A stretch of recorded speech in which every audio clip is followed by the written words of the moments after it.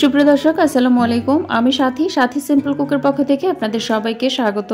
আর আমার আজকের রেসিপি হচ্ছে তাল পিঠা বা তালের রসের যে বড়া, সেটা আমি তৈরি করে দেখাবো। এভাবে যদি তালের রসের বড়া তৈরি করেন তাহলে দেখবেন অনেকক্ষণ পর্যন্ত সফট থাকবে আর ভেতরটা অনেক স্পঞ্জি হয়। তো এই জন্য আমি নিয়ে নিয়েছি একটা বোলের মধ্যে 3 কাপ পরিমাণ তালের রস।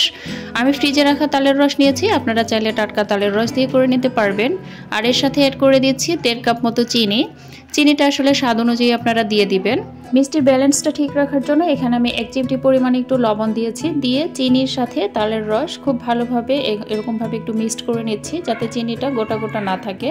আপনারা চাইলে কিন্তু চিনিটা ব্লেন্ড করেও দিতে পারেন। আর এরপর এর সাথে অ্যাড করে দিচ্ছি চালের গুঁড়া 1 কাপ পরিমাণ, দিয়ে খুব ভালোভাবে একটু মিক্সড করে নিচ্ছি। তারপরে অ্যাড করে দিচ্ছি ময়দা 1 কাপ পরিমাণ।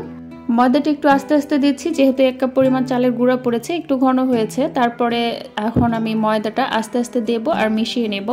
এভাবে করে পুরোটাই দিয়ে দেব।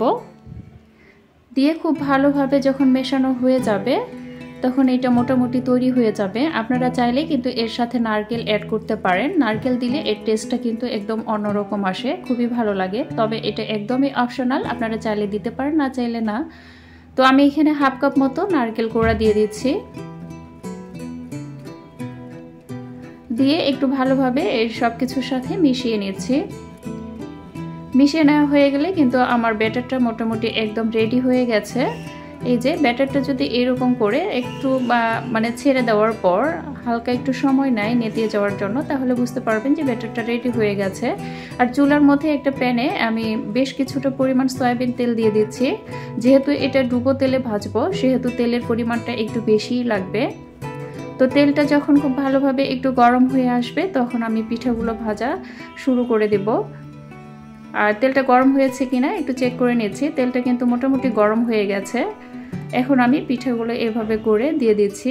আসলে আমি অতটা গোল করে করতে পারি না, আপনারা যদি পারেন তাহলে কিন্তু মানে শেপটা সুন্দর আসে এই যা। তাছাড়া ভেতরটা কিন্তু স্পঞ্জি হবে, কোনো সমস্যা নেই। আমি ব্যাটারটা যেভাবে রেডি করেছি আপনারা যদি এইভাবে তৈরি করেন তাহলে দেখবেন যে পিঠাটা অনেকক্ষণ পর্যন্ত সফট থাকে আর ভেতরটাও খুব সুন্দর হয়। এইভাবে করে আস্তে আস্তে আমি পিঠাগুলো দিয়ে দিব, একটু নির্দিষ্ট দূরত্ব বজায় রেখে। একদম ঘেঁষে ঘেঁষে দেবেন না, তাহলে একটার সাথে আরেকটা লেগে যাবে।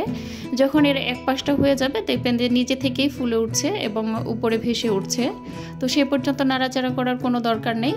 তারপরে যখন এক পাশটা হয়ে যাবে তখন একটু উল্টে পাল্টে সুন্দর একটা কালার যখন চলে আসবে তখন আপনারা নামিয়ে নিতে পারবেন। তো নামানোর সাথে সাথে এগুলো দেখবেন যে হয়তো বা ভেতরটা একটু কাঁচা মনে হচ্ছে, কিন্তু একটু যখন ঠান্ডা হয়ে যাবে তখন দেখবেন যে খুব সুন্দর স্পঞ্জি হয়েছে আর উপরটাও কিন্তু অনেকটা নরম এবং ক্রিস্পি হবে। তো আমি যেভাবে তৈরি করলাম আপনারা একবার ট্রাই করতে পারেন। আশা করছি আপনাদের ভালো লেগেছে। যদি ভালো লাগে তাহলে অবশ্যই একটা লাইক, কমেন্ট এবং শেয়ার করতে ভুলবেন না। আর ফেসবুক পেজ থেকে যারা দেখছেন তারা অবশ্যই একটা ফলো দিয়ে রাখবেন। তো এই ছিল আমার আজকের রেসিপি। দেখা হবে নতুন কোনো রেসিপি নিয়ে পরবর্তী কোনো পর্বে। তো সে পর্যন্ত ভালো থাকবেন, সুস্থ থাকবেন। আল্লাহ হাফেজ।